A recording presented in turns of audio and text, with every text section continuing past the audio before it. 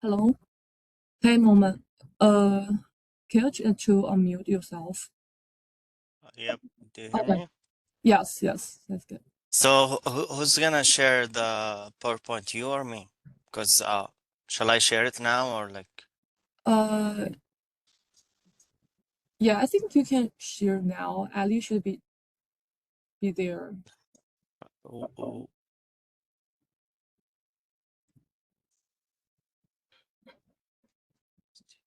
Because you start with the introduction and I will continue from. Good morning, everyone. Oh, that's heavy. Here I am. We got the same room. Technical difficulties are have been ironed out. You want to go ahead and share the slides, Woman? Yeah, sure. So that's a full view, right? I'm trying Yes, to sir. set up my camera to look. Let me look It's at good. it. Look, it's a nice office. Yeah, let's give everyone a few minutes to jump on.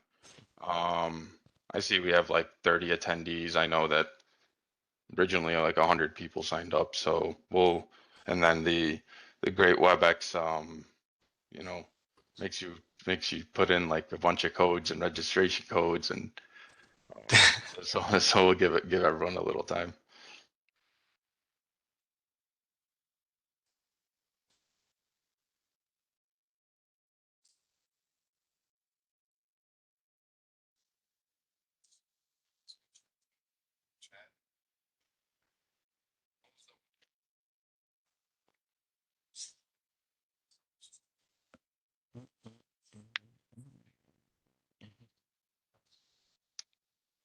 That's the best. Yeah, numbers are still going up, so everyone bear with us. We'll give it like a minute or two before we kick off. Mutman, you're good time wise, right? Yes.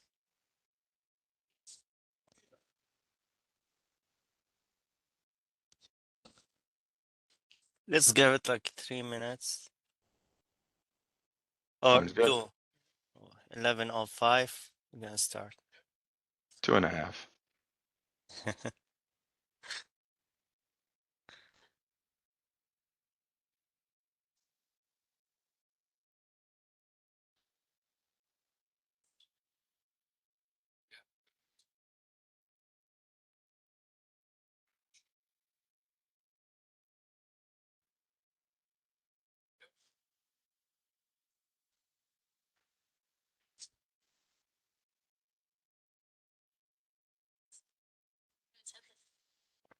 Yep.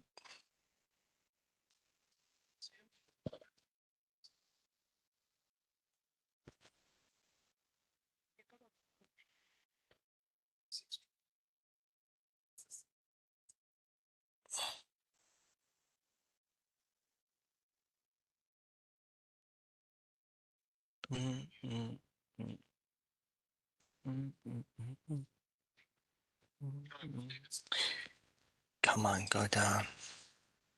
Your humming is like the elevator music before you get to your destination. All right, well let's at least do the introduction and kind of get going. I'm sure people will trickle in here. So thank you everybody for signing up for this. This is our newly developed IAACE technical webinar series, and we're excited to kind of kick it off and get things moving along, kind of get the community together, get the industry together, just use each other's knowledge and skills to learn. So that's that. Woman. Okay. Thank you, sir. So let's start. Next slide. There you go. Thank you. And then, so for the technical webinar series, or just quick introduction here, we kind of want to start to help facilitate frequent technical trainings. This is the first one, so kind of bear with us. You know, we had some WebEx issues, and you know, of course, there's always technical issues, but hopefully this goes smooth. So we'll have some ongoing webinars every few months covering the different practical real engineering topics and led by industry professionals and subject matter experts like Motman here. PDHs will be provided for this webinar and any future sessions. And we hope that you guys can kind of help us shape this series, you know, share some feedback, any topics, ideas, softwares. You know, there's a lot of new tech out there and new advancements that we should probably help each other be up to speed, you know, so that's kind of the aim of this. And next I will present or give a little background on the speaker. We have Motman here. Motman has his PE and PTOE. He's with the he's a transportation and traffic project manager with Accurate Group. I've known Motman for a long time. He's pretty good at what he does, and I know he's helped me with some synchro stuff before. So we thought this would be a kind of a good way to kick off this series. And with that, I will just some housekeeping. You know, you are free to ask questions in the chat throughout. Motman will kind of give some time for questions, and of course at the end there will be some time for questions as well. And maybe some of you noticed, maybe some of you didn't. We did extend the time for this till 12:30 instead of 12, just to give you the opportunity to kind of see a presentation and actual, you know, synchro work with a Motman bringing up synchro and kind of showing you some of the tools. So we wanted to give a presentation like PowerPoint so everyone can kind of come away with something, which we'll send the slides after. So you know, they're pretty descriptive and Motman did a good job. So later on you could kind of take a look at them and use those as needed. So with that, I'll pass it off to Motman. Thanks again, Motman, for committing your time, and we'll go from there. Thanks, everyone. All right. Thank you, everyone. Good morning, and thank you for joining. Today's presentation will walk you through a complete workflow for analyzing and optimizing a signalized intersection using SYNCHRO.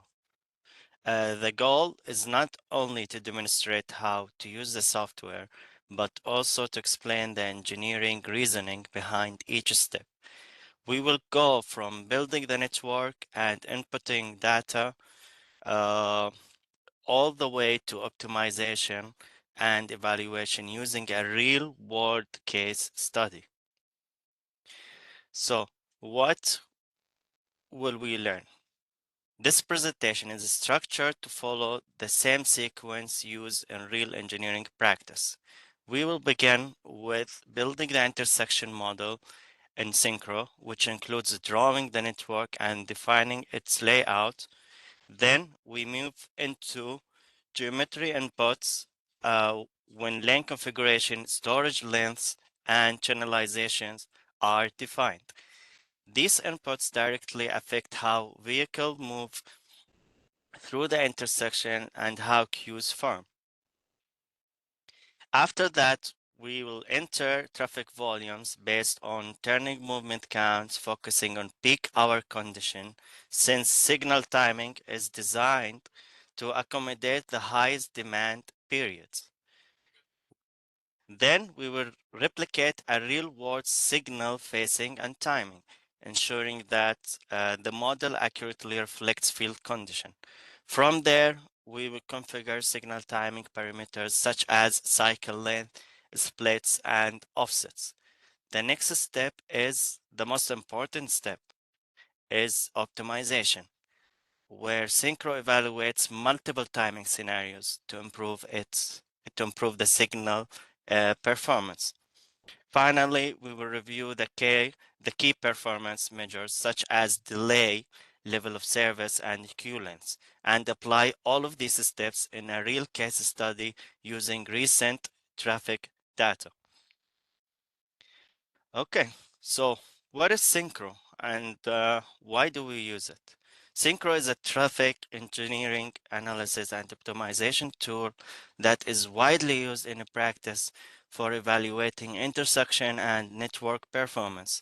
It is based on methodologies from highway capacity manual, which means the result it produces, such as delay, capacity, and level of service, are standardized and accepted across the industry. such as I dot, C dot, and all over like United States and I think Canada and soon to be international. One of the key advantages of SYNCHRO is that its ability to combine analysis with optimization. Instead of manually testing different signal timing scenarios, SYNCHRO can evaluate a range of multiple alternatives and identify the most efficient solution based on performance measures. In addition, SYNCHRO integrates with SimTraffic, which provides a visual simulation of traffic operation. This allows engineers not only to calculate performance, but also to visually verify how traffic behaves under the different conditions. Because of this combination of analytical accuracy and visualization, SYNCHRO is commonly used for both design and communication purposes. Now, let's start with the first step, which is network creation. Now we understand the purpose of SYNCHRO. We begin with building the model. The first step in SYNCHRO model is creating the network name by clicking on the scenario manager, which is in the left, and naming the intersection first, and writing the description. The description will be like PM peak hour or AM peak hour or any hour that you pick. And then the alternative, which is existing condition, a proposed condition, a future condition. You can name it whatever you want based on the purpose of the study. The next step or the same step, let's say, which is when we start creating the network, is the intersection layout. Each link, so we start with the drawing the links. How do we draw the links? We start with add link, and we will add the first link and the second link. This intersection is a real case study intersection. So the first step is to add link 1, link 2. Each link represents a roadway approach, and it's important to match the geometry as closely as possible to the aerial image or CAD drawing. Accuracy at this stage is critical because any errors in alignment or direction will propagate through the rest of analysis. So proper naming of links is also important for organization and clarity, especially in large networks when we connect more than one intersection. So you need to name these links or legs, as I say correctly, so we avoid confusion later. So how to name these links? You simply click onto the lane setting. Lane setting will pop up here, or you can double click on the link itself and it will give you the lane setting, and you just go to street name and name the street. So you will name the first one and the second one. And in addition, engineers must verify that all links are connected correctly and traffic flow direction are properly assigned. Once the network or the intersection is built, we will go to the geometry and lane group. Geometry is one of the most critical components of the model, as it defines how traffic is distributed across lanes and movement. In SYNCHRO, lane settings are used to assign movements such as left turns, through movements, and right turns to each lane. This distinction is important because different lane configuration results in different capacities and delays. A key concept here is the lane group, which represents one or more lanes serving the same movement. Each lane group is analyzed independently, meaning that inaccuracies in lane group definition can significantly affect results. In addition to lane assignment, storage lengths and channelization elements such as medians and islands must be defined. So where to put these lane groups? You start with the lane setting. You will go to the first eastbound left. It always starts with this configuration. So eastbound left, how many eastbound left lanes do you have? I have one. Then you put one. Eastbound through, how many lanes are in eastbound through? One, and so on. So this is called a lane group, and also this is called a lane group. You can see that here there is more than one lane, and here there is one lane only, because this lane group serves one movement only, and this lane group also serves one movement only, because there's both of them are going straight, and the right lane is going through and right as well. So after you place all the lane groups, you go to the simulation setting and place the storage lengths of each lane. Storage length will be mostly for protected left turns. So our protected left turn, which is the eastbound left, which is this one, had a storage length of 100 feet and a taper length of 75 feet. This kink represents the taper length.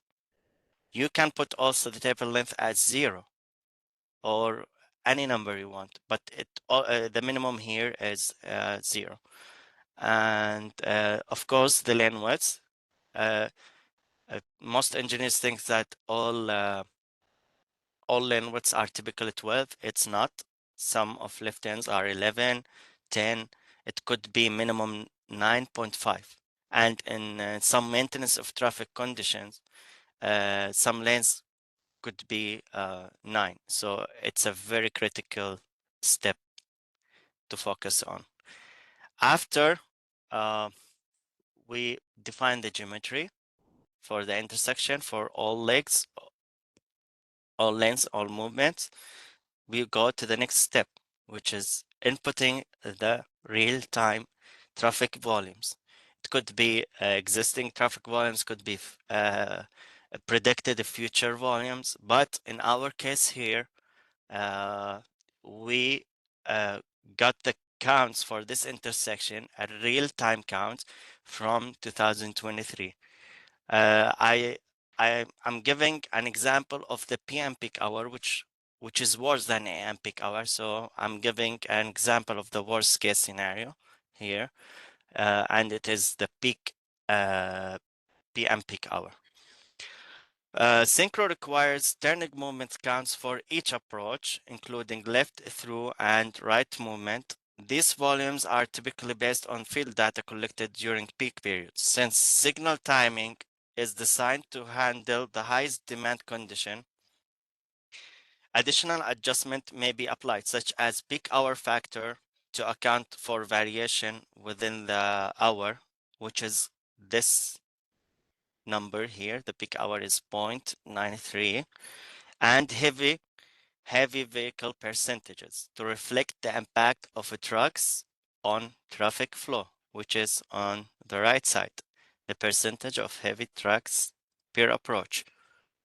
This represents a percentage by the percentage of this number. So for example, eastbound left has 120 and it has 0% of trucks. That means there's no trucks moving in the peak hour. And the through movement here, it's 0.7% of this number is heavy trucks per approach in the peak hour from 4:30 to 5:30. And then we go to the growth factor. So growth factor here is 1 since it's existing condition and we want to test the existing condition. But in case if we are studying the intersection or designing the intersection for future condition, we have to bring the growth factor or estimate the growth factor for that specific year. For example, 2040, of course, there will be a growth factor. Of course, the traffic will be more. It could be 1.2, 1.3. I've seen some growth factors that are more than 100%, which is like 2. It could be like 2. Accurate traffic volumes are very essential as they directly influence delay and queue formation and level of service calculation, because this is the most important step to measure the level of service of each approach and see how the intersection acts in real life. So after this step, we will go to another important or most consuming step in Synchro, which is the signal phasing. So before I go to input these data, I will just briefly explain what is phasing. So signal phasing defines how traffic movements are controlled at the intersection. In Synchro, movements are assigned to phase following standard NEMA convention. So this is called NEMA convention, whatever you see here. Where odd numbers like 1, 5, 7, and 3 represent left turn movements. It always represents left turn movements. And even numbered faces represent through or right turn movements. So as you can see, this is a through movement, this is a through movement, this is a shared through right. It's an even number. It is essential that the phasing and model matches the real world signal controller logic, including the sequence and grouping of phases. A key concept in this step, before I go to explaining splits, so a key concept in this step is what is called split, which represents the portion of cycle length that is allocated to at least one phase or a pair of non-conflicting phases.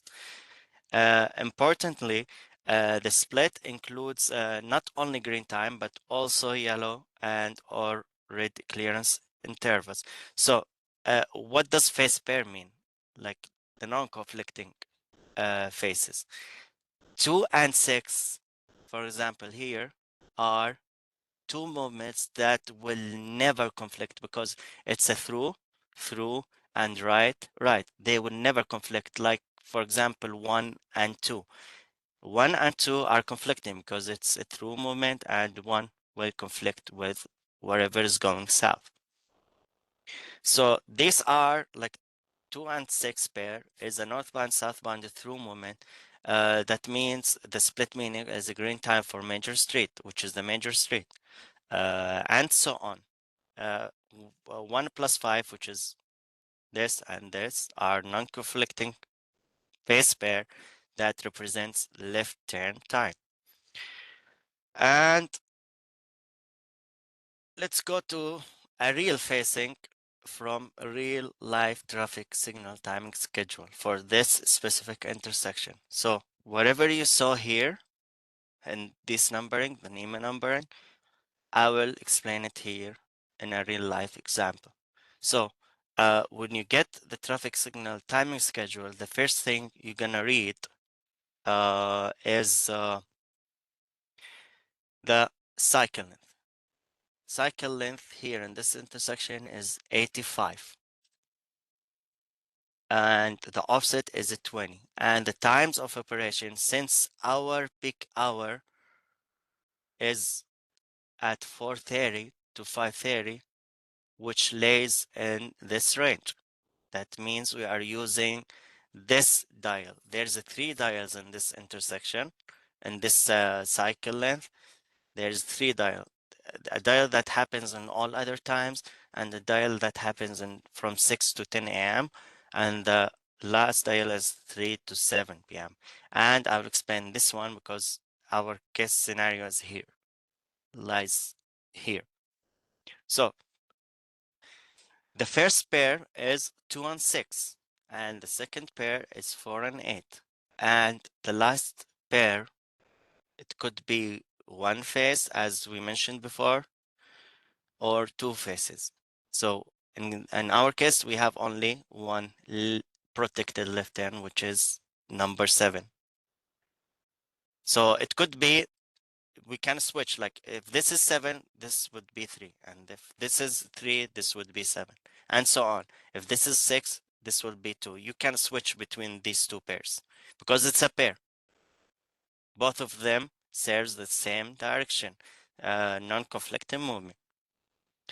And after you define these pairs, you will go directly to the table, which explains each phase, minimum green time, maximum green time, yellow timing, and red time clearance, and so on. All this information are provided per phase.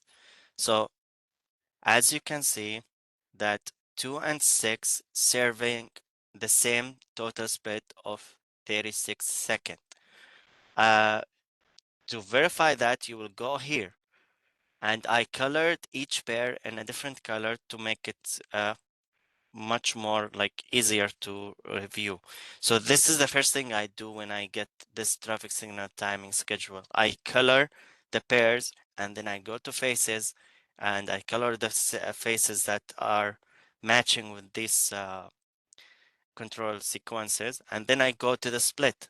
I would see that uh, phase 2 and 6 are occurring in the same split, which has the same total seconds, 36 seconds. And then we will go to the second split, which is 7 plus 4, 4 and 7, which has a total of 16 seconds, as you can see here. 16 second involves maximum green plus yellow plus red clearance. We have a maximum green here, which is 13, plus yellow, which is a 3. There is no red clearance here, so it will be 16.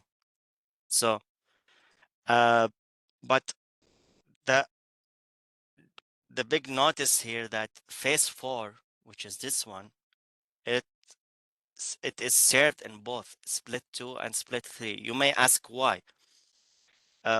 With a 16 second in the first and the second split, and a 33 second that matches with phase 8 that happens in split 3.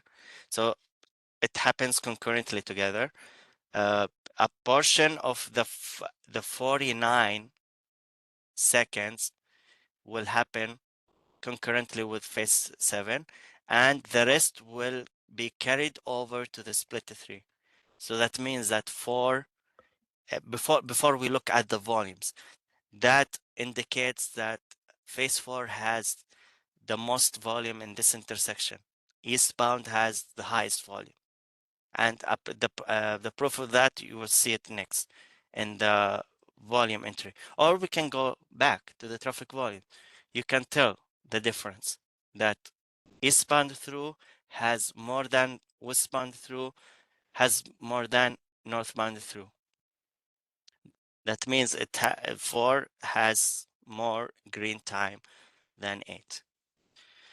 And also I colored this for just to, for a simpler overview. Like here, you can see that this is the traffic signal, by the way, and this arrow, this is like what you see. If you drive here and you are in phase 4, this is the green for you, and this is the green for you. There's like a traffic signal pile in each lane. You can see like both of them have 4, 4, and also here 4.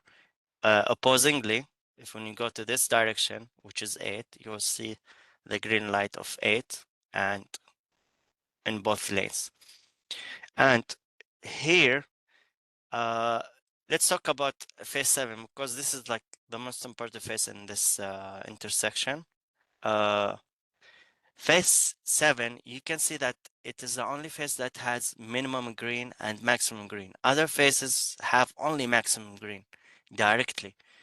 That means that this phase is triggered by sensors. Like if there is a traffic there, it will be there will be phase 7. If there is no traffic, it will be excluded and all the green time will be shifted to this split. So all the 16 second will be granted for phase 4 and 8. So there will be like only 2 splits, with this split having 33 plus 16 seconds. I know it's like a little complicated. If you have any questions in this slide, please let me know, because this is like the most consuming, time consuming step. So is there anyone have any question?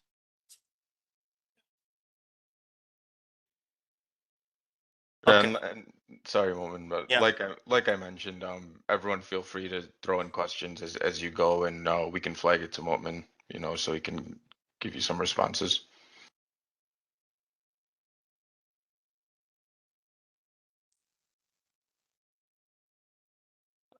Okay. Sounds cool. That's good news. So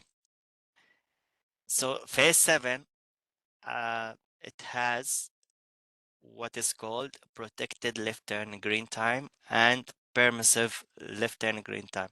What is a protected and what is permissive?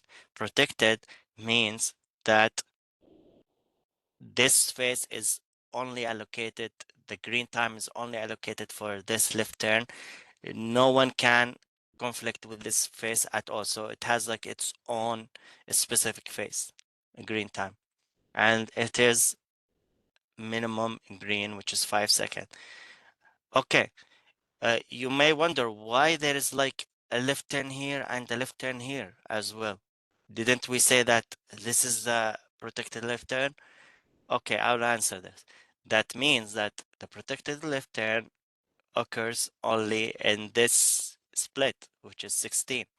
And the rest of it, which is carried over here, will be permissive. So the permissive is the whole split. So here it will be protected. There is no opposing movements that will conflict with this movement, which is called protected. And then it will be permissive for the whole last split. So they can pass, but with caution. There will be no green arrow, left green arrow. It will be like traffic signal green only. And I'll explain it more thoroughly here. So after defining phases, we move into timing parameters. Signal timing inputs define how the intersection Hey, operates. Moment, Yes. sorry, before you jump Mhm. onto the next slide, we had 2 questions in the chat. Okay. Sure. Let Uh, me open. uh, First question is, how are the signal timings set initially? How are the signal timing set initially? So you mean the cycle length?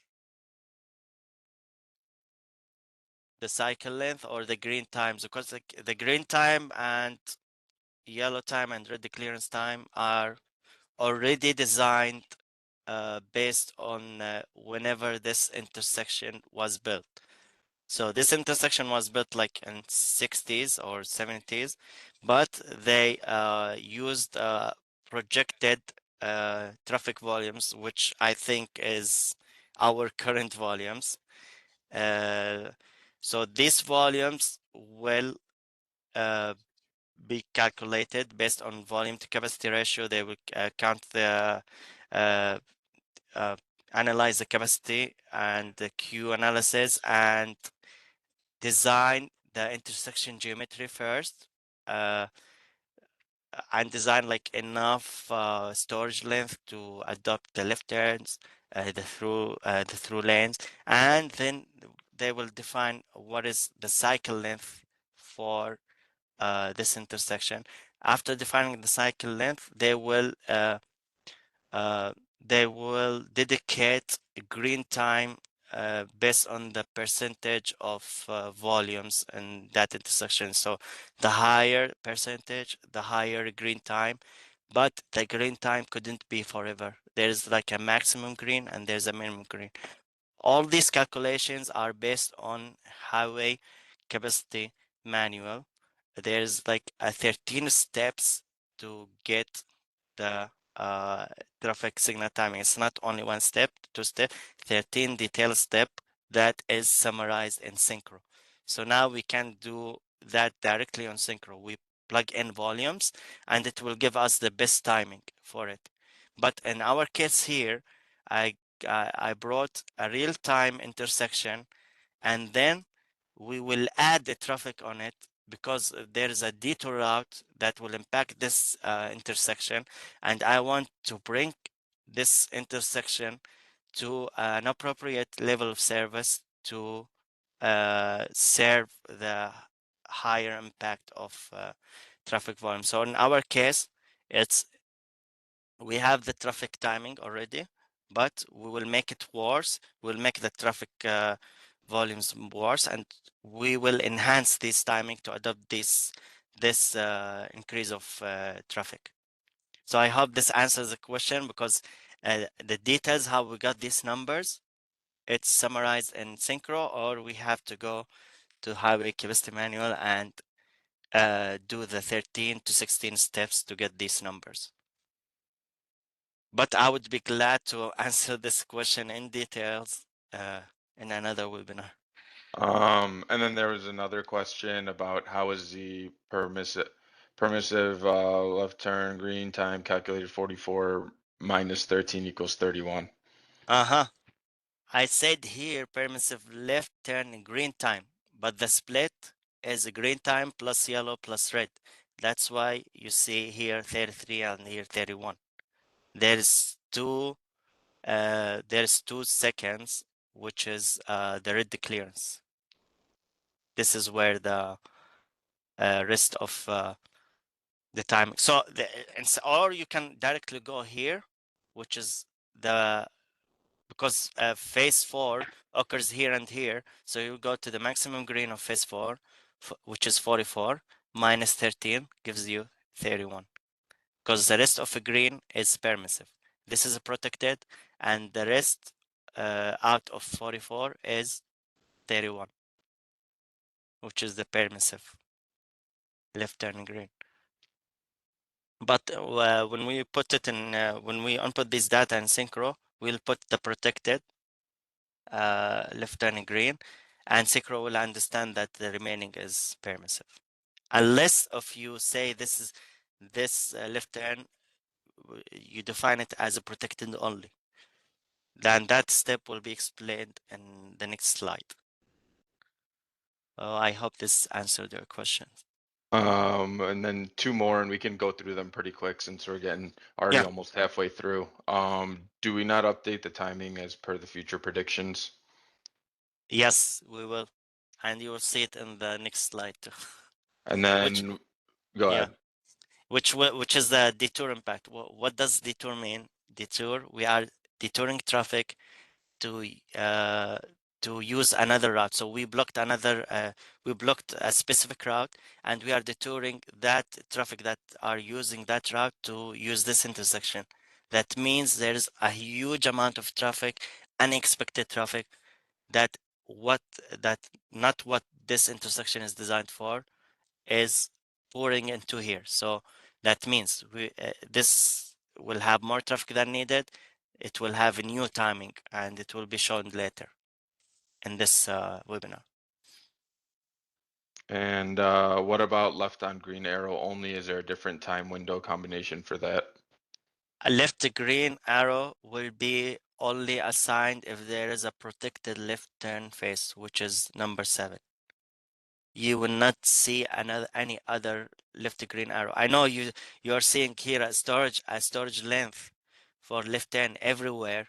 There's like a protected left turn as a geometry, but not all of them have left green arrow.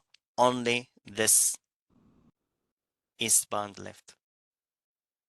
Why? I think I know why, because this intersection is by IIT University, and I used to pass through this intersection every day, and I'm seeing like a crazy traffic on this left turn. That's why it, and I know I searched in the past of this intersection in the history, and it was not protected left to green. Then they changed it to protected left to green to allow more traffic to pass through this left turn, especially in PM timing, in the PM peak. So it relies on how many traffic is using the left turn, because this is the most critical turn movement in any intersection. Left turns, it's always a problem. Through are totally fine. Left, because you have to stop and do an auto turn or turn, which will cause some delay on the following vehicles. But through, you are driving through, you are driving in the speed limit. You don't have to stop. That's another reasoning behind it. I just said that. I wasn't planning to say it, but that's another reasoning. Any more questions? That was it. Thanks, Oman.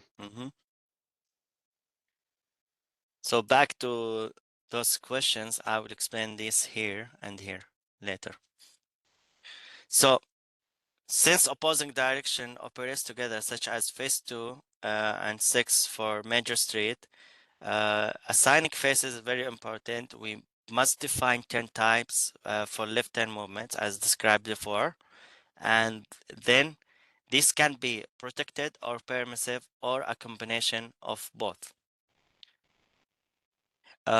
Protected, I will discuss that in the second slide. So what is the cycle length? The cycle length is the total time for one signal cycle. Okay, and the signal cycle, it keeps repeating itself in the same manner. If it's a pre-timed traffic signal, if it's actuated, which is another traffic signal type, if it's actuated, that means it has detectors. That means the traffic, it is it is like triggered by traffic demand. So if there's no traffic demand, it will trigger minimum green, which will have which will impact the cycle length to be less than the usual cycle length. So the cycle length will keep changing if it's actuated. It's not the same cycle length every cycle. But if it's pre-time, it is fixed. If it's 85, it will keep doing 85 for the whole day. But in our case, it's actuated. So it could change. It could be less, but not more. Could be less, but not more. Because 85 is what is the intersection is designed for. But if there is less traffic, it will be less. So green time in synchro, it means the minimum initial when you input the data and start input the data and timing setting in synchro, the green time means minimum initial time, and then you will go to the yellow time, which is here. Yellow is mostly range between 3 and 5 seconds. So I did some research about what IDOT uses and what CDOT uses. There's like a slight difference between them. So IDOT usually follows 3.5 seconds for all left turns and 4 or 4.5 seconds for all shared through right movements. And CDOT uses less. I know it's like 0.5 second, but it matters. The yellow time, it always matters, because it's the phase that it's the like the timing that you should know when to stop. You should stop or proceed. So C dot follows a different category, which is a 3 for speed limits less than 30 mile per hour and 4 seconds for any speed more than or equal 35. And then we go to the all red time. All red time means the red timing for all approaches that will be red. for 1 to 2 seconds. This allows vehicles that didn't clear the intersection to clear before they hit any opposing movement. I dot follows 0 for permitted left, 1 second for protected left, and 1.5 to 2 seconds for all through right. And C dot follows another category, which is relies on the stop bar or to stop bar distance. So like there's an intersection, there's a stop bar here, stop bar here. It measures like the width between them or the length. If it's less than 80 feet, it's 1 second. If it's 80 to 159, it's 2. If it's in this range, it's 3. If it's a greater, which is like big intersection, which is making sense. If it's like very great, I would not clear the intersection in just 1 second or 2. I need like at least 4 seconds.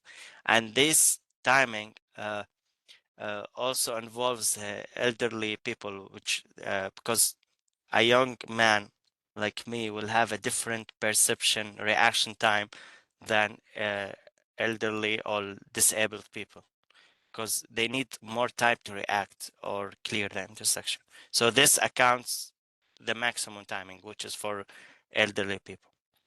And please note here that there is a minimum split and total split. What is the difference between minimum split and total split? Minimum split is always equal to maximum split if it's pre-timed signal, because there's the green time is fixed, the yellow time is fixed, or red time is fixed. And as mentioned before, split is the total of green, yellow, and or red. So if those three are fixed, that means the split is fixed. That means minimum and maximum is the same. But in our case, which is the eastbound left, which is actuated, it has a minimum green and maximum green. That means it has a minimum split and maximum split. I have the yellow time here as a 3. 5 plus 3 gives you the minimum split. This is the minimum green. 5 plus 3 gives you 8. But what is the maximum green? Maximum green is 13. But Synchro doesn't have an option of minimum and maximum. So we put the minimum and we put the maximum here in the total split. So 13, which is here, plus 3. And we don't have all red. You may wonder, why don't we have all red here in eastbound left? Because if you put all red here, I understand there is all red after this split, because like vehicles need to clear the intersection. But here, you cannot put all red, because if you put all red, phase 4 will not continue directly. If you put all red here, it will not continue. It will block the continuation. So the protected left hand has only green and yellow. And so there will be like a green left arrow and then yellow left arrow. And there is no red. I've never seen also like a red left arrow. There's no such a thing. It will be a red for the whole face, for the whole traffic signal, a circular red, not an arrow. And this will be, after we input all these data, this will be reflected here. As you can see here, there's a split 1, which matches with this split, which is through left. This left, the gray left, means it's permissive. If you see a dark black left, that means it's a protected. So our face, which is 7, it's a protected left. That occurs concurrently with 4, and then there will be yellow. There will be no or red. Here there is all red. Here there is no or red, only yellow. And then phase 4 will continue in split 3 and occur concurrently with 8. And then there will be yellow and or red, and then we will come back again. It's like a cycle. This is the whole cycle. Cycle is split 1 plus split 2, split 3. Then we'll go back. This phase could be skipped If this got skipped, that means the whole 8 will continue till here. So 8 will cover the gap, and there will be like split 1 and split 2. Split 2 will be 4 and 8, that is continuing till here. I like that Synchro has like a live green, yellow, red representation to understand what is going on. Sometimes you miss something here that will extremely be off here, and you will notice it from the coloring scheme. I know there's a lot of information in this slide. If you have any question, let me know. Yeah, of course, the cycle length, you will input it in node setting, which is beside the time setting. So this will be beside this. I will show it to you later on the Synchro model that I will open at the end. And I'll show you everything I did here in brief. Any questions so far before I move?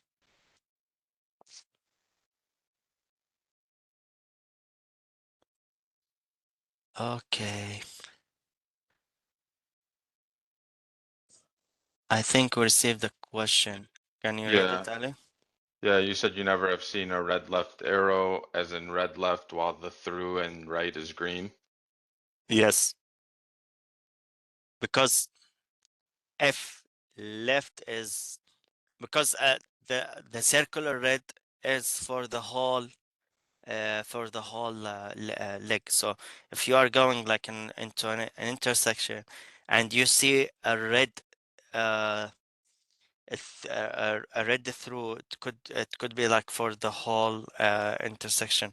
If there is a specific isolated left turn, it will have a green, yellow, red. It could be only if there is like a real blockage there, like a railroad or like a tollway or I don't know, an emergency situation.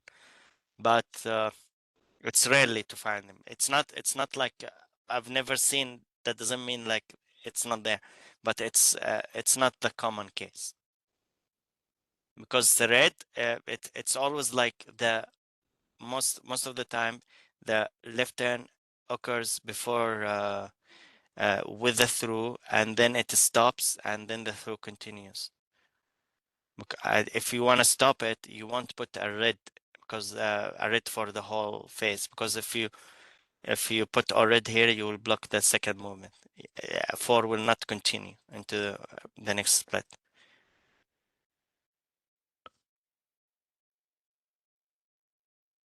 Any more questions?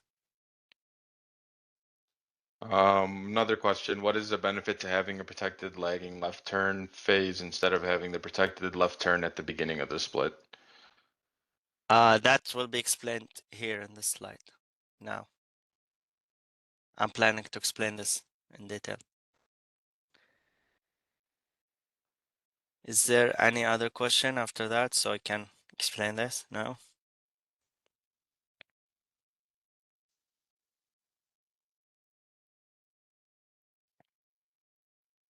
Okay. So once the basic timing parameters are defined, we move into detailed phase inputs, which includes that question too. Synchro follows the standard NEMA phasing convention, where phases are numbered from 1 to 8. Sometimes if there's more than 4 leg intersection, like 5 or 6, it could run from 8 to 13.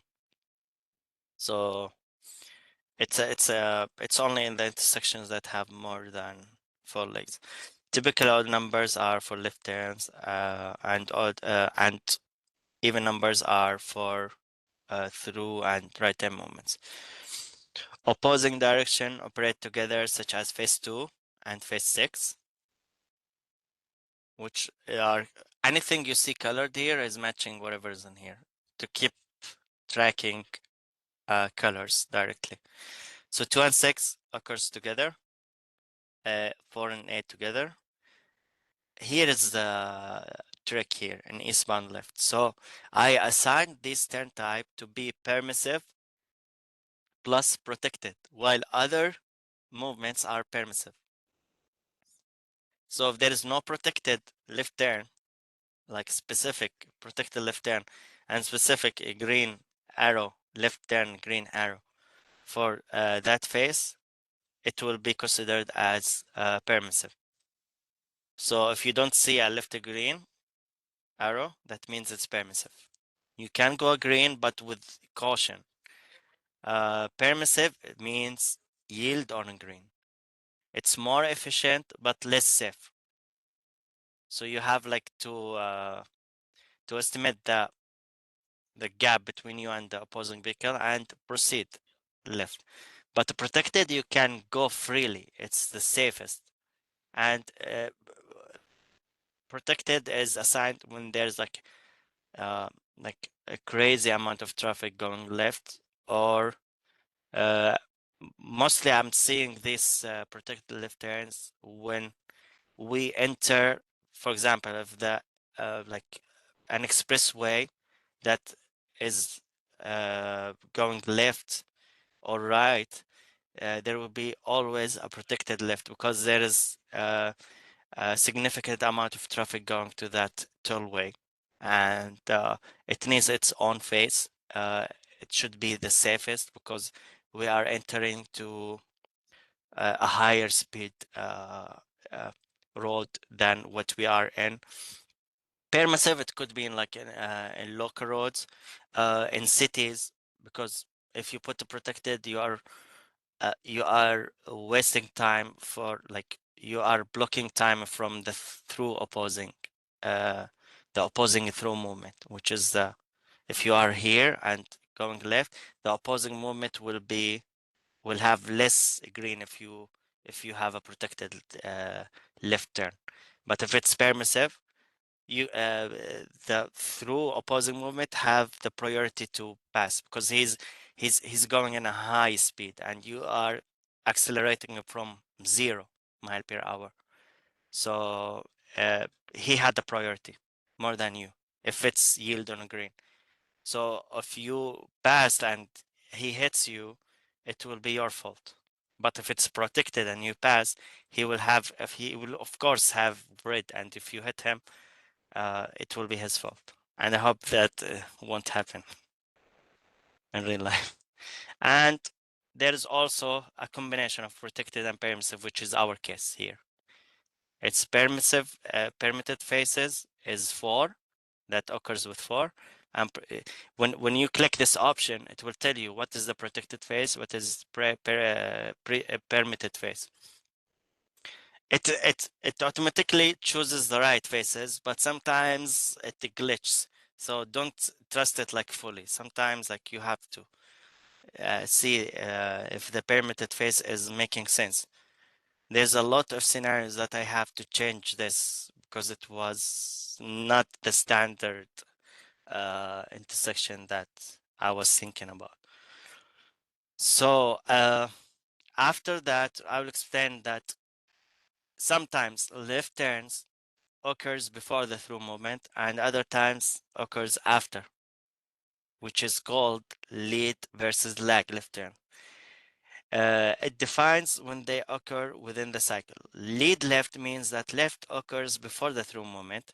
It helps reduce initial conflicts, and if your case is if your case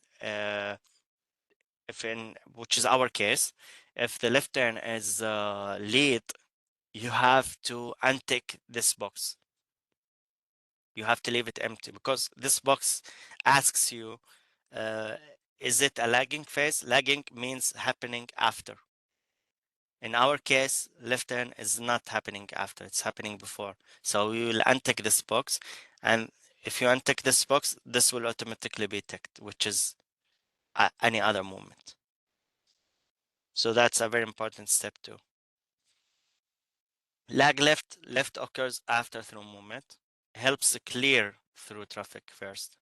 So like the priority is, if the priority is for through traffic, we'll do lag. If the priority is to clear left traffic is lead. And it's also related to the storage length. You cannot keep traffic, left turn traffic standing there and buckling up. It will cause like a huge queue. So most of the queue relief solutions is to make the left turn lead. I think I received some questions.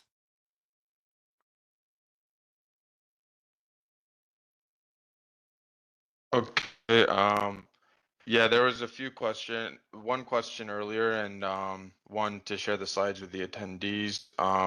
We will be sharing the slides with all the attendees right after the presentation, so you could go through it. And in the future, we'll probably try and get these things out earlier so you could have it during the presentation, but we could send it out after. And I would continue through Moment so you can get to the synchro part of it, and we can either take more questions at the end. I mean, everyone feel free to throw them in, or we could send responses right after the webinar. Okay, I think anything we finished, like we're almost finishing the hard part now, and then the fun part will start, which is because whatever I'm showing here, it's already done in my model. I will show it to you at the end. What is the final results? How to click? How to use it? It's a very fun program. It's really good. I enjoy using it, and I made the slides just to be like a manual, a quick manual.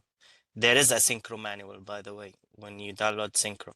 There is a synchro manual, but it's not that like step 1, step 2, step 3. So I try to summarize everything in a permanent slide. So it will be like a backup, a quick backup, a quick like review of what to do. Okay, so the last thing in timing setting, what is called recall modes. So each phase has its own recall mode. It could be all the same, it could be each one different, as our case now. For example,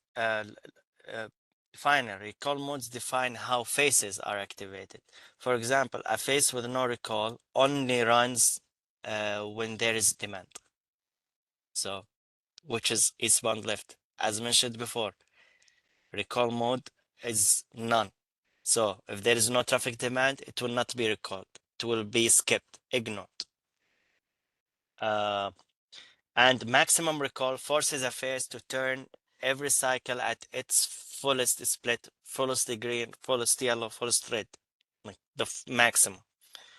Similar to pre-timed operation, which is if you hear that this traffic signal is a pre-timed or fixed, that means the recall mode is always max, set to max. These settings allow the signal to be tailored to different traffic conditions and operational strategies. And also there is minimum recall. Face always gets minimum green, but we don't have it in our case. There is also a pedestrian recall, but which is I saw this kind of recalls in Tokyo, for example, because there's a high pedestrian volume. So there's a pedestrian recall. If it got activated, that means it will allow priority for pedestrian, but not giving them the green that they want. There is a maximum and minimum for everything. You cannot exceed that maximum because you cannot also like ruin the vehicle traffic as well. So it's like a balance, give and take. Now we will go into the level of service. So how do you define if this intersection is healthy or can adopt a traffic or not? Is by level of service. It's like hotels. There is 1-star hotel, there is 5-star hotel. Here is the same. Level of service is determined based on control delay, which measures the average time the vehicles spend delayed at the intersection. So After defining the geometry volumes and timing, we evaluate intersection performance. Control delay, as we said, it provides a comprehensive measure of how efficiently the intersection is operating. Level of services is categorized from level of service A, which is the best, which is the 5-star or 7-star, let's say, to level of service F. F is not even a star. It's like minor, it's 0.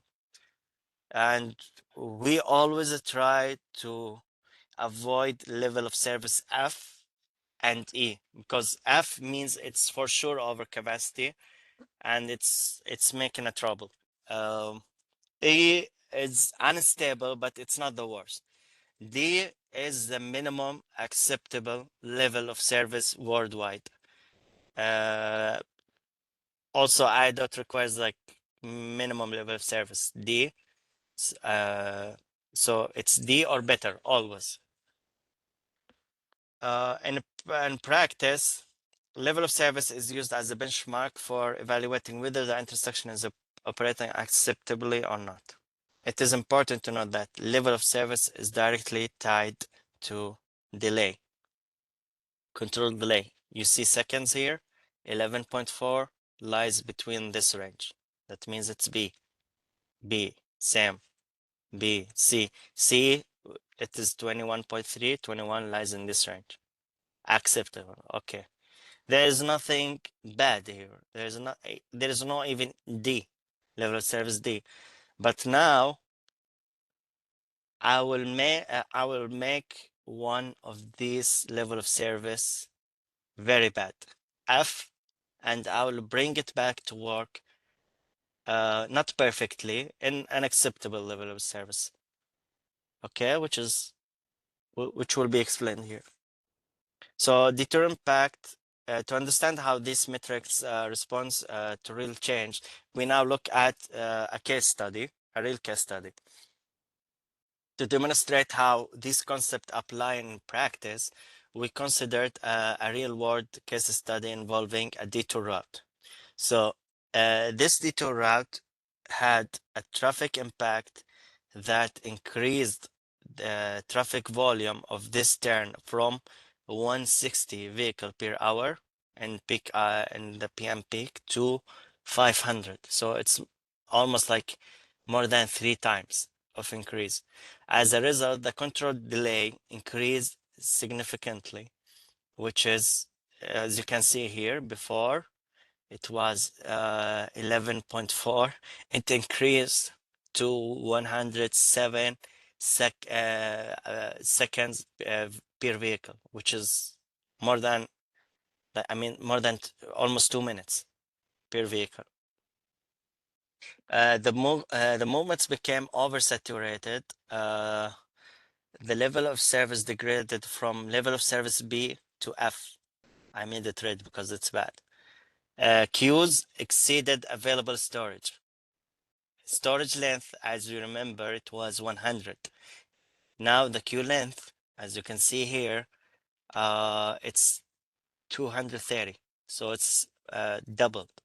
Queue exceed the storage by 130 feet. This will lead to first reduced capacity of other movements, because as you can see, like not only this delay got affected, all of them got affected. Look, from 19 to 20, 27 to 31. I know they are still C and C, but this is like the upper range of C. 16, 16, this is fine. Okay, not affected. This is not affected. This is not affected. But mostly like it affects everything, like slightly. And even this one, like, look, like 10 times, it's crazy change. It needs to be addressed, or the detour route will not be accepted if it's not serving a level of service or better. So if it's not serving this level of service D per I dot and C dot, the minimum acceptable level of service is D. If it's not in level service D, it will be declined and other detour route will be proposed. And we'll keep doing that until we find the perfect detour route. So it is a very important step to define if this detour route works, or you can detour the traffic to this intersection or not. Is it safe or not? Because it's a safety hazard as well. It's not only causing queues. Okay. Let's go to the fun part. Optimization. How to bring this intersection back to life. So we will go in Synchro, we'll go to optimize, because we finished all the inputs, all the important inputs. We will select the entire network, because network means more than one intersection. And in our case, it's only one intersection. So it's entire network. But if there is more than one intersection, you click zone and it will tell you which intersection you want. And then how to know which intersection, we'll go back to step 1, which is the naming and descriptive and naming street names. If you don't name the street names, you cannot define which intersection is there. Okay. 1 second. Okay. So after clicking optimization, you select the cycle length range, which is the minimum cycle is 90, the maximum cycle is 150, and the increments is 5s. I know the numbers are not matching, but do it that way. Synchro test all cycles in this range. A 3-leg intersection, if it's a 3-leg, you can shorten this cycle length to range from 60 to 150. Allow uncoordinated. What does that mean? When you hit never, this is the case when all intersection must stay fully coordinated. In our case, it's fully coordinated, but we only have this intersection. So I set it to never. Sometimes, which is recommended, there's 50. You can see numbers beside it. 50 like percentage. Oh my gosh, wait a second. Okay. Sometimes recommended, it means when some intersection operates independently in the network, when we have more than one intersection. In our case, it's one intersection, so I set it to never. But if we have like more, like 3, 4, 5, 6, a whole network, a whole city, if some of the intersection, what I mean by some, like 3 or more, have low traffic or weak coordination benefits, you hit this button. Sometimes. If it's rarely means 1 or 2 intersections have low coordination benefit. When I hit often, that means most of the intersections are weakly connected or far from each other. That coordination between them is not useful. For example, in rural areas, like intersections are far from each other. So coordination between these intersections are weak and not needed. Each intersection is treated separately.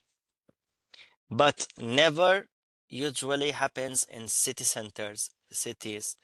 Recommended in suburbs, rarely in rural suburbs, often in like rural isolated areas. Now, how to optimize? Step 1, click cycle length. You go fill these numbers, choose whatever is listed here, and then optimize phase sequences. What does this do? It tests which is the best combination. The left turn to be a lead or lag or lead. It can switch between them to the best optimum condition. And offset optimization, this option happens only if there's like more than one intersection in the corridor to be analyzed. But I always click here extensive. It takes more time optimizing. It takes like 50 seconds more maybe but it gives you better results. Offset optimization, if it's quick, if you click it quick, it's fast, less detailed. Medium extensive is more accurate. Now we will hit run optimization. You select firstly automatic. So it will let them test every increment, every 5 increment from the minimum. And it will choose the best scenario. The best scenario defined it by lowest performance index. What is lowest performance index? Lowest performance index, it's a combination of delay stop queues. Lower performance index means better traffic operation. But sometimes the result, you could have like 2 cycles that have the same performance index. So I would always choose the less cycle length because they both serve the same purpose. So I choose the least amount, the least time. So so that cycles happens faster. Okay. So we still in the same step, but we will do the optimization result build condition. So optimize cycle length. So whatever we run here, this is the result. This is the final automatic result that Synchro suggested. And I am okay with this. Why? Because the first thing I looked at, this level of service upgrade from F to D, which is acceptable. I'm okay. I'm done. I finished it. Everything is less is D or better, as you can see here. I know it was B and it got degraded to C, but some faces have to sacrifice themselves to help the other. So each intersection is acting as a team.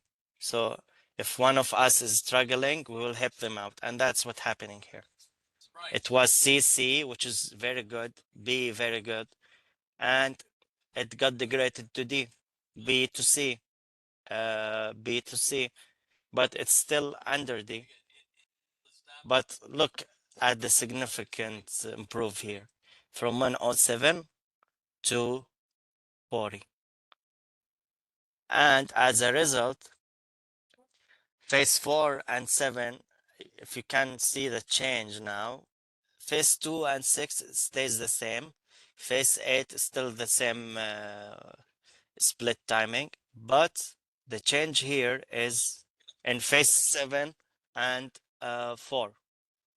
So phase 7 and 4 had more green time. As you can see the difference here, it was 16 and 49. Now it's 29 and 62. And the cycle length changed from 85 to 98. What are the operational trade-offs here? Green time was reallocated to improve the critical movement, and other approaches tried to help this approach as much as possible. Trade-off was necessary, of course, to eliminate oversaturation, and priority was given to the most critical movement, which is phase 7. The final result achieves a balanced operation with all approaches at level of service D or better.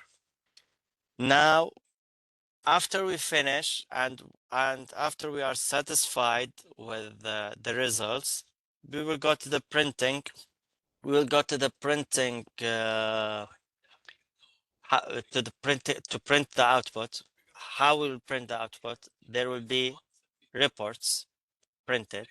You can customize each report. That's that's a very good like feature of this program. You go to the reports, you go to intersection, you select the report, always use the thing that have everything, lanes, volumes, and timings. And you can choose what data to include. I always select everything. This is the least important thing. So this is like the advanced level, but you can select all. Why not? Because why not? And then after you select this and select everything, you will go to customize the header. You click on header and this will pop up. I always choose this setting. Press the header button to set the header footer to show what header and footer in the report. Because how can you know which intersection is? You have to put a header, a title, and a footer.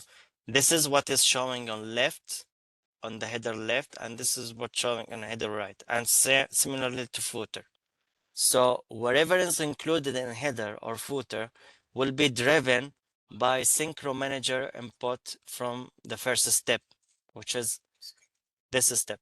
So whatever you wrote here, name, description, alternative, keep it, just remember it and put it here. Scenario name, report title, description, alternative, and date and page in the footer.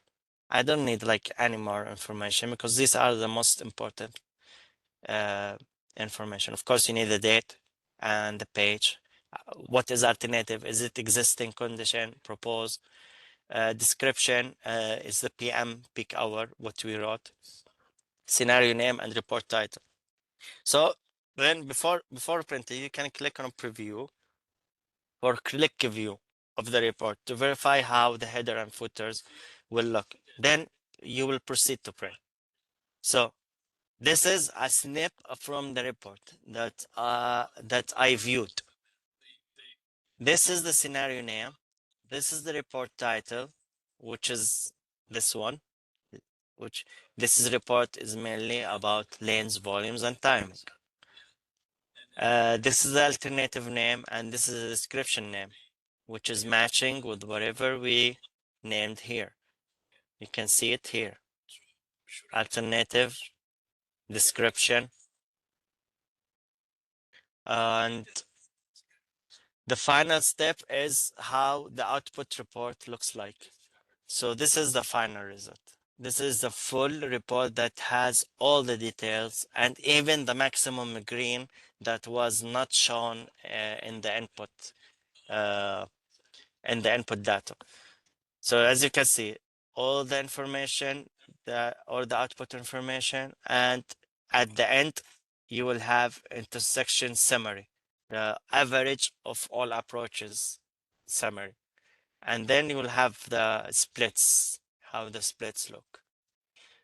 And after that, there's a fun step which is called simulation traffic, the visual video simulation of the results. So you had the results, you had the report. Now you want to see how the traffic acts in real life. So this is a visualizer that reflects the real-time traffic movement. Sim traffic is used visually to simulate the results generated by SYNCHRO Studio. It helps like to verify how calculated performance, like such as delay, queues, level of service, congestion, making sense or not making sense. Is there anything that is off that you didn't notice in input data that you have to fix? Everything is showing here. You can see the real-time performance. It is mainly used for like visual validation and communication of SYNCHRO analysis result. So now I'm gonna hop into the real model that I created. So we have the existing condition, and there is another no build condition, which is the detour impact. Moment, we only see your presentation right now. Oh, okay. Okay, I'm gonna stop that share, and I'm gonna share the screen again. I think now you're gonna see it, right? Do you see it now? Yep. Uh-huh. So I have multiple scenarios. I showed you one scenario, but this is the existing condition. This is the previous volume of the left turn. This is the no build, which means the detour impact scenario. And this is the build. So no build means the impact of whatever, detour routes, maintenance traffic, any impact on the intersection, you name it as no build. Okay. If we need to enhance this intersection, we will make another model. We will copy it. You can copy data or duplicate the scenario and change and optimize it. So the whole optimization process will be treated as built because we are changing this impact now. So this is the build. You click on it, you click on the intersection, you go to the timing setting. We are still on the previous timing, which is the existing. So I will go and optimize it lively so you can see what I'm doing. So I'll click optimize, cycle length. I'll set this to 90 and 150 and increments of 5.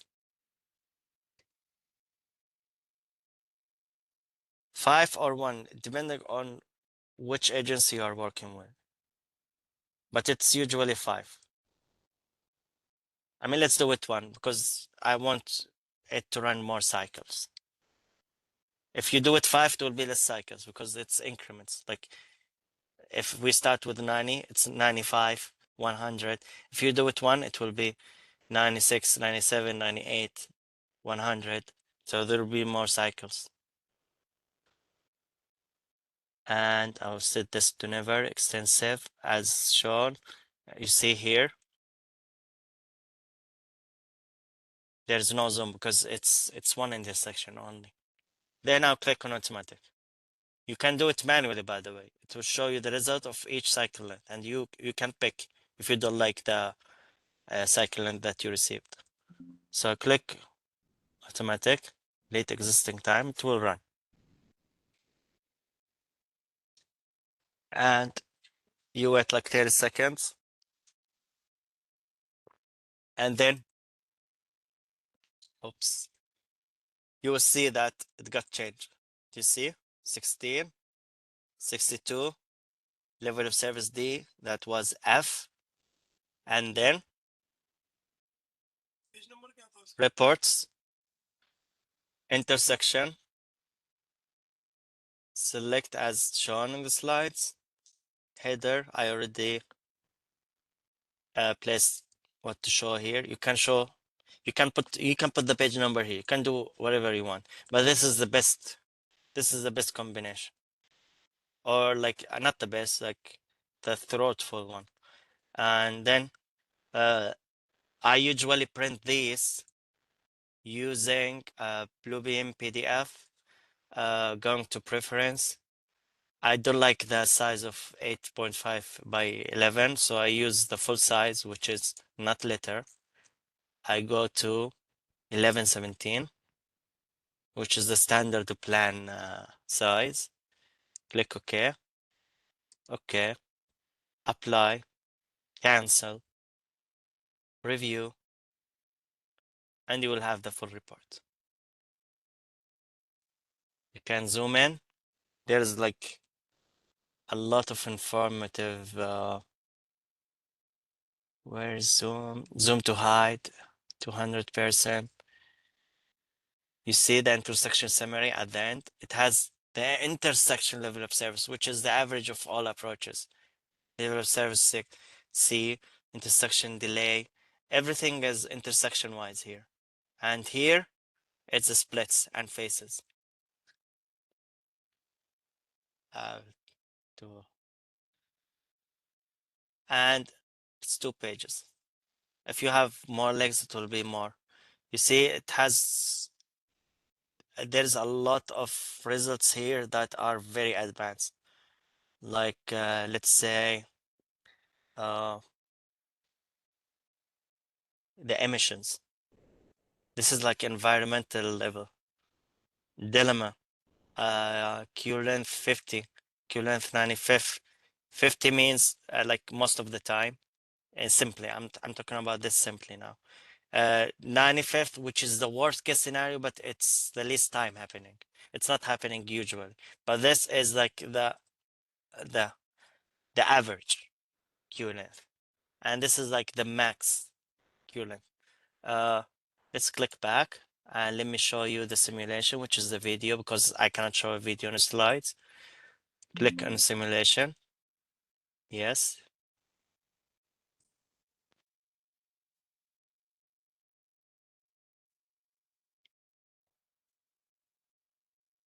It usually lags sometimes because I have multiple scenarios and the same. So to avoid a headache sometime, try to create a separate file for each scenario. Don't put like the whole scenarios in one file. And keep saving and backing it up, because sometimes if the intersection is large or it's a network, it could kick you out. It happened like multiple times to me, but I always like save as every like 5 minutes. I will go to another one to show you because it glitched. I don't want to wait for it. I will show you another scenario, which is the no belt. I think this is a better scenario because we still didn't fix the issue. So I will show you how the traffic is backed up.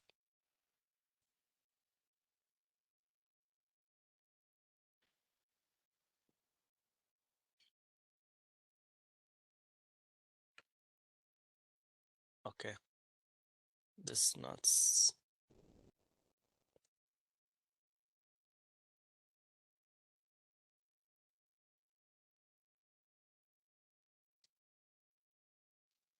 Okay, this is the existing condition. This is not the worst condition.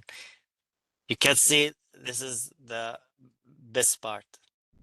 You can see this is like the real map, the real life map, and this is the intersection, and this is the geometry, and this is the traffic. Blue represents left turns, green, whatever clears the intersection, yellow through. No, yellow means right, and white means through. You can accelerate the speed, and you can click. Look how detailed is it. You can click on the. You see the left. No, no, I'll make it slower. I'll go back to show you that left turn arrow. You can stop it whenever you want. I'll keep going till the green arrow pops up. Click. It will gives you the live information. This is for phase 4 and 8 happening together. Timing, minimum, and so on.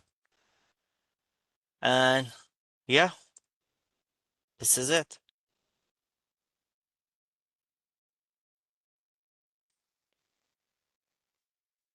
Now I would be happy to answer any question.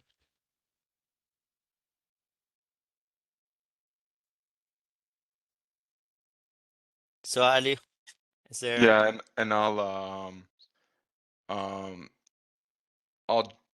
like kind of let you guys do your thing and ask questions if you want. I'm sure Motman's willing to stick around for a bit, but any questions that you know were in the chat that didn't get answered, we can send an email after and kind of you know get responses to those. And feel free to reach out to us or Motman, and you know we'd be glad to answer any questions.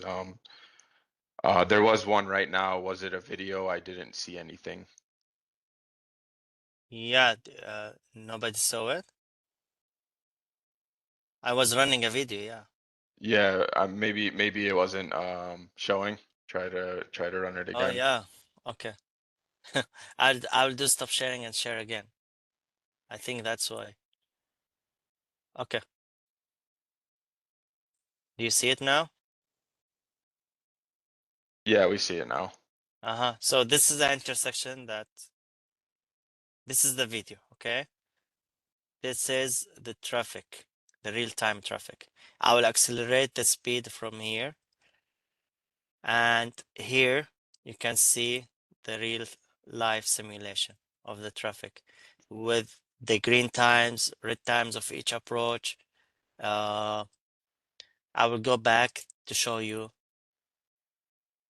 how the left arrow looks like. So there is no left arrow now, but when the left arrow comes, it triggers. You can click on it. You can see, click on any traffic signal and see what phase is it and what is running right now. So now 4 and 8 are running.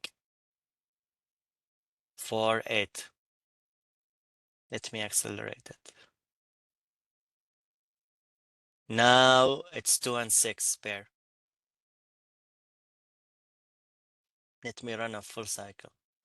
Now 7 and 4, which is left, and now 4 will continue and 8 will continue together. And the cycle will end and repeat itself.